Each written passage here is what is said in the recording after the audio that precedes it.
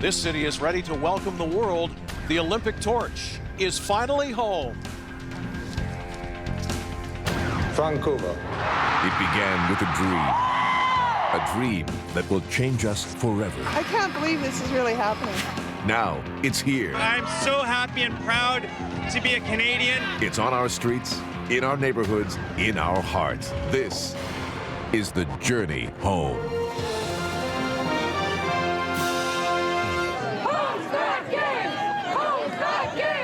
We are going now live to Whistler. And this has really just happened.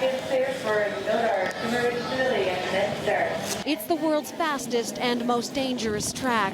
And now Whistler's Olympic Sliding Center can also be described as deadly. He trained hard, and he had this fatal accident. I have no words. The head of the International Federation of Luge was worried enough last year to publicly express his concern. The great one in a great Olympic city. Wayne Gretzky's triumphant ride through the streets of Vancouver to light our Olympic cauldron. A violent group in downtown Vancouver tried to give this Olympic city a black eye. It was billed as an anti-Olympic march, but it was not a protest. It was a vandalism spree. Committed by more than 100 masked people, say police. I don't think they actually have a cause. I think they just want an excuse to break things. Smashing windows at the Hudson's Bay Company in Vancouver. What are you guys doing? What's happening, guys? CTV News captured some of them changing out of their costumes. We begin with the Vancouver Olympic Organizing Committee's response to a story we broke this afternoon. CTV News has learned of a serious security breach that took place at the opening ceremony.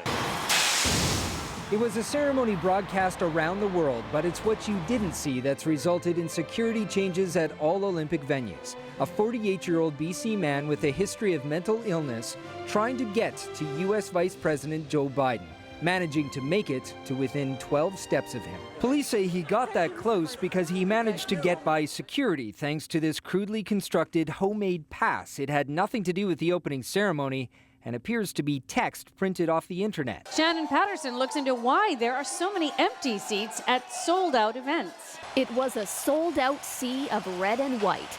But there, in the upper bowl, what's with the empty seats?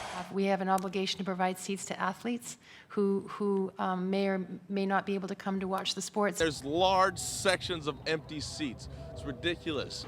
But who are they, and where did they get their tickets? So we went undercover.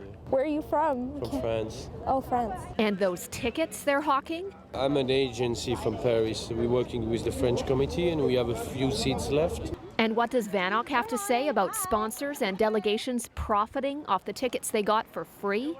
Yeah, we have done some of our own investigations and haven't found anything that required us to take action.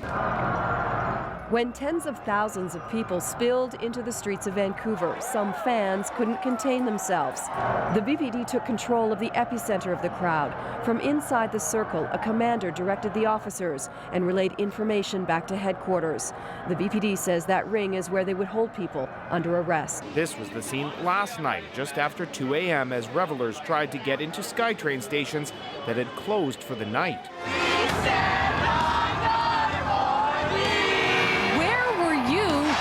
When it happened. Who were you with when we scored our golden goal? Sidney Crosby, the golden goal! Sidney Crosby has delivered the Olympic grand finale that everyone was hoping for. Both teams had chances in OT, and then this. Again, let's stop it! Sidney Crosby, the golden goal! 7 minutes and 40 seconds into overtime, Sid the Kid scored. Sudden silence before sudden death. Then, just like that.